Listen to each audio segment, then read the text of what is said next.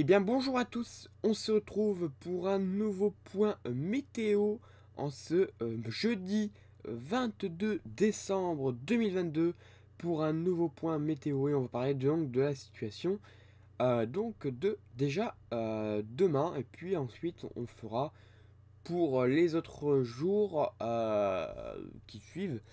Donc voilà.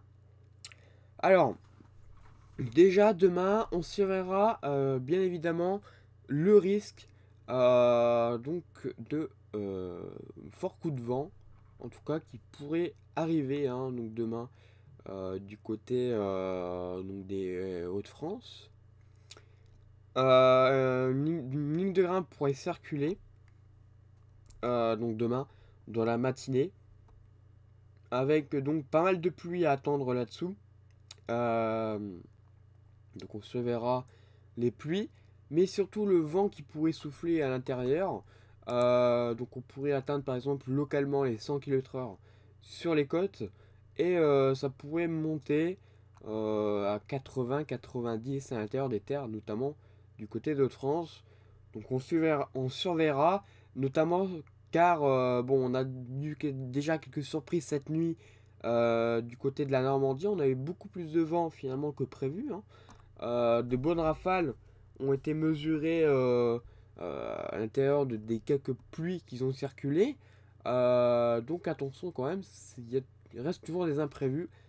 Et là, les différentes réactuations d'arômes sont un peu différentes. C'est-à-dire qu'on passe par exemple de 80 dans les terres à par exemple 90. Donc attention, notamment du côté de France et des côtes de la Manche, on pourrait atteindre du coup les 100 km/h localement. Donc attention déjà pour la journée de demain, donc la journée de vendredi, à la ligne de grain qui pourrait circuler donc de la Bretagne aux Hauts-de-France avec des vents assez importants.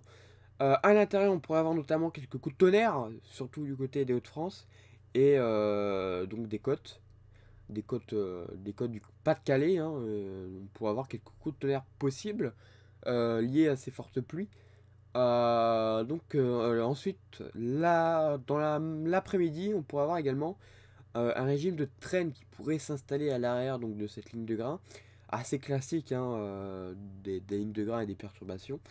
Donc une traîne assez active qui pourrait se mettre en place, avec aussi quelques bonnes rafales qui pourraient souffler du côté des côtes. Bon, à l'intérieur des terres, les rafales seraient un peu plus modérées. Par contre, des fortes pluies attendent quand même à l'intérieur, avec un risque d'orage également. On passe maintenant à la journée donc, à la journée de samedi et dimanche. Donc là, on va aller voir un petit peu avec le modèle du coup GFS. Et bon, il n'y a pas trop de changements par rapport à la réactualisation donc de ce matin, hein. J'ai rien un petit peu par rapport à la réactualisation de ce matin. Il n'y a pas de changement. On est toujours sur voilà, un temps perturbé pour le reste du week-end. Donc attention, samedi, on pourrait avoir quelques perturbations qui pourraient circuler encore du côté du nord et de la Bretagne, ça change pas. Mais par contre, pour dimanche, on voit d'ailleurs un petit creusement ici du côté de la Bretagne, dû à un jet qui va se mettre en place, un jet assez important qui va se mettre en place du côté donc ici de la Bretagne, hein, donc sur cette zone entre vert et jaune, hein, voilà ici, avec, voilà, on voit très bien, je le mets avec ma souris, hein. Et donc ici, on a un jet assez important et ça va provoquer le creusement d'une petite dépression, pour l'instant inexistante, mais qui va se former progressivement avec le jet. Et donc attention, parce que ça pourrait provoquer un petit coup de vent, notamment du côté d'Hauts-de-France en soirée, là où voilà, ça va le plus se creuser, du côté des Hauts-de-France et des Pays-Bas, un creusement dépressionnaire, donc une petite dépression, limite coup de vent, qui pourrait se former. Donc du côté de France, ça sera reconfirmé parce que ça se peut très bien que si le jet est un peu plus important que prévu, un petit bon coup de vent du côté de France. Et au contraire, bon, si le jet est un peu moins fort que prévu là, hein, bon, pas forcément le gros creusement à prévoir, même si on pourrait avoir quelques perturbations assez actives. Voilà, donc ça c'était pour vraiment ce week-end. de Noël, hein. Donc voilà, le week-end de Noël. Donc ça c'est important, je pense, pour pas mal de gens. De savoir le temps donc de ce week-end. Bon, même si je sais que vous n'allez pas être sur le balcon, hein, vous n'allez pas faire un Noël au balcon. Voilà, vous n'allez pas aller faire un barbecue ou prendre l'apéro dehors, hein, voilà, ça, hein, on n'est pas non plus à ce point-là. Même si sur le sud il fera quand même assez doux, hein. Si on regarde un petit peu au niveau des températures pour ce week-end, température assez douce quand même sur le sud, on pourra atteindre localement les 20 degrés. Donc, notamment du côté de la Gironde et de la Méditerranée, on pourra atteindre localement 16 à 20 degrés. Donc, c'est possible. Ça reste très local hein, à cette période de l'année, c'est normal, heureusement. Mais, euh, mais voilà, il y a quand même une certaine douceur qui va rester hein, ce week-end de Noël. Voilà. En ce qui concerne la semaine prochaine, là, cette fois-ci, on va changer littéralement de temps, hein, littéralement de temps, hein. Là, on va passer vraiment à un temps beaucoup plus agité. On va vraiment changer de temps nettement, hein. Là c'était vraiment rien par rapport à ce qui est prévu par contre la semaine prochaine. Alors ça a reconfirmé bien sûr, je le dis quand même parce que c'est encore assez hésitant, c'est encore assez hésitant, mais il y a certains paramètres quand même qui font que là on risque de changer bien de temps, hein. Donc voilà. Euh, donc comme je vous dis, ça n'a pas vraiment changé depuis ce midi. Donc la semaine prochaine, autre que les pluies de cette semaine, on aurait surtout du vent. Alors du vent assez fort, voire même tempétueux. Donc on verra bien évidemment tout cela. Mais, euh, mais c'est vrai que les différentes réactuations font que justement on est... excusez-moi. On est du coup à des petits coups de vent qui pourraient passer dans le courant de la semaine prochaine du côté du nord. Euh, donc comme on peut le voir ici, on a des isobars un peu resserrés, hein, un peu plus resserrés que le reste sur le reste de l'Europe. Donc ici on a déjà un petit coup de vent pour mercredi qui pourrait se mettre en place. Et on voit ici euh, quelques dépressions secondaires, donc de la dépression mère, hein. On voit des petits creusements secondaires hein, ici qui vont se faire. Et vous allez comprendre pourquoi. Et là d'ailleurs on voit que là c'est assez costaud quand même. Pour la journée de jeudi, là on a la journée de jeudi. On voit des creusements assez importants hein, du côté du nord. Il y a vraiment des probabilités assez importantes que ça se réalise. Vous allez voir pourquoi, hein. Donc on voit qu'on a un risque de tempête assez important du côté du nord. Ça pourrait même descendre un peu plus au sud encore et toucher carrément jusqu'aux régions centre. Donc là, attendre des bonnes lignes de grains, de violentes rafales de vent potentiellement la semaine prochaine. Si bien évidemment si le paramètre que je vais vous faire montrer dans quelques minutes n'évolue pas, mais une situation nettement différente que cette semaine. Là, cette semaine, on était plus dans un temps calme, même si c'était pluvieux, c'était relativement calme. Là, voilà. Déjà, au niveau précipitation, ça sera nettement plus important. Les cumuls seront nettement plus importants. Et pourtant, on n'a pas forcément besoin des pluies, hein. Les pluies, là, il faudrait qu'ils cessent un petit peu parce que progressivement, le niveau des cours d'eau monte. Et c'est vrai qu'on constate notamment quelques débordements, hein, notamment sur la Bretagne ou encore du côté du nord. Donc s'il continue à pleuvoir ces dans ces prochains jours, le niveau des cours d'eau risque de déborder, hein. Donc là, on a un risque de crue et d'inondation. Donc c'est à surveiller également hein, avec les nombreux cumuls qui sont attendus, hein, comme je vous l'ai dit. Donc vraiment à suivre. Sans compter donc le vent qui va faire repousser euh, on va dire les pluies. Et donc ça va prendre un caractère beaucoup plus important. Donc on va aller voir le paramètre que je vous dis depuis tout à l'heure. Et là déjà, là déjà attention, parce que pour vendredi, on attend un jet assez important. Donc la journée de demain, un jet assez important du côté de Hauts-de-France. Donc attention, je vais bien dire attention, parce que comme je vous dis, les rafales de fait attendues à l'intérieur des lignes de grain de demain pourraient s'avérer un peu plus importantes que prévu par les modèles aujourd'hui.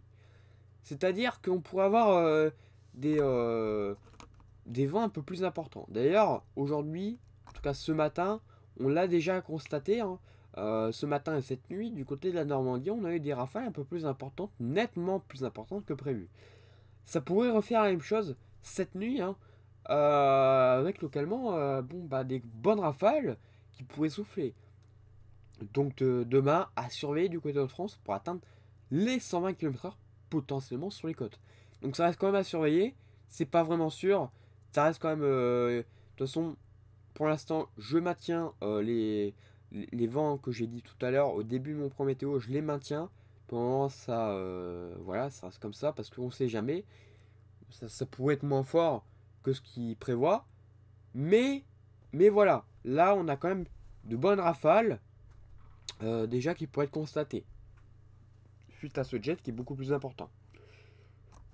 Ensuite, donc pour dimanche, bon, voilà, il y a le creusement dépressionnaire qui va se faire.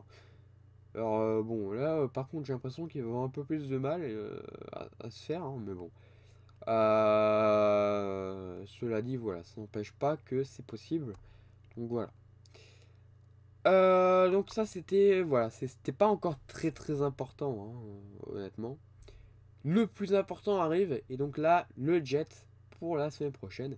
Et regardez bien ce qui va se passer.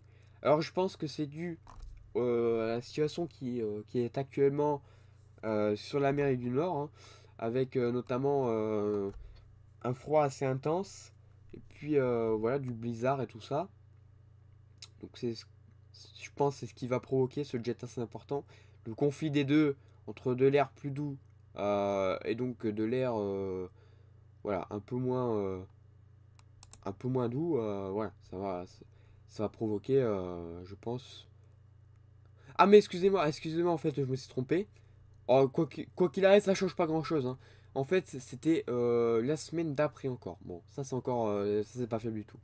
Bon, là, cela dit, bon, ça change pas grand-chose parce que le jet il est quand même bien rouge, hein. Donc attention, hein, ça change pas grand-chose. Voilà. Et là voilà, c'est ce que je vous disais, j'allais dire, il y a un petit problème, je vois pas ce que je voyais tout à l'heure. Là voilà, il y a ça qu'il faudra surveiller. Voilà. Le jet dû au froid assez intense du côté de l'Amérique du Nord. On voit ici donc cette branche de jet assez importante à plus de 340 km/h. Donc c'est pas le vent en terre, hein, c'est pas le vent, le vrai vent là, c'est le vent bien sûr en altitude, hein, bien évidemment. Il ne faut pas croire qu'il y aura du 340 en France, hein, attention.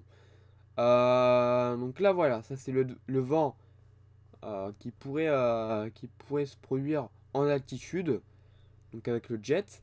Donc c'est le jet qui fera ce. En fait, c'est le jet, voilà, tout simplement. On va pas mélanger, hein, bien sûr. Donc ça c'est le jet à 340 km/h qui va provoquer donc là il y a beaucoup de chances qu'il y a des creusements dépressionnaires sur cette route ici, hein. Là, il y a vraiment beaucoup de chances que ça se creuse. Là, la probabilité que ça se creuse, j'estime, est environ à peu près allez, de 60% que ça se creuse. Voire même localement plus, hein. Là, localement, ça pourrait tourner autour des 90. Allez, j'estime à peu près que la probabilité de creusement dépressionnaire et de tempête, enfin, en tout cas dépressionnaire, ça pourrait être de 80. Localement, de 90. Si ça se produit vraiment, voilà, c'est possible que ça se produise de manière inattendue, hein. Là, voilà, là c'est possible. Mais localement, ça pourrait être tourné autour des 90. Voilà. Après, pour le risque de tempête, on serait dans les 70, bien évidemment. Donc ça reste une probabilité très élevée, comme vous l'aurez compris, que ça se produit. Voilà. Donc ça, c'était comme je vous l'ai dit pour la semaine prochaine. D'ailleurs, on voit que le jet sera assez important du côté du nord, hein, la semaine prochaine. C'est ce qui fait, comme je vous ai dit, qu'on aura ces tempêtes qui pourront circuler. Donc attention, vraiment attention la semaine prochaine.